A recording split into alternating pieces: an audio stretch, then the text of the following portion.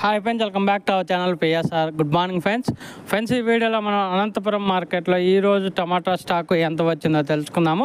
ఈరోజు డేట్ వచ్చేసి 19వ తారీఖు 8వ నెల 2024 సంవత్సరం.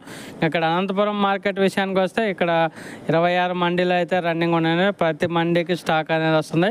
ఒక మండీకి 30,000, 28,000, 29,000, 12,000, 15,000, 16,000 ఇలా వస్తుంది. ఇంక ఓవరాల్ స్టాక్ చూసుకుంటే 2,40,000 బాక్సులు అయితే వచ్చాయండి.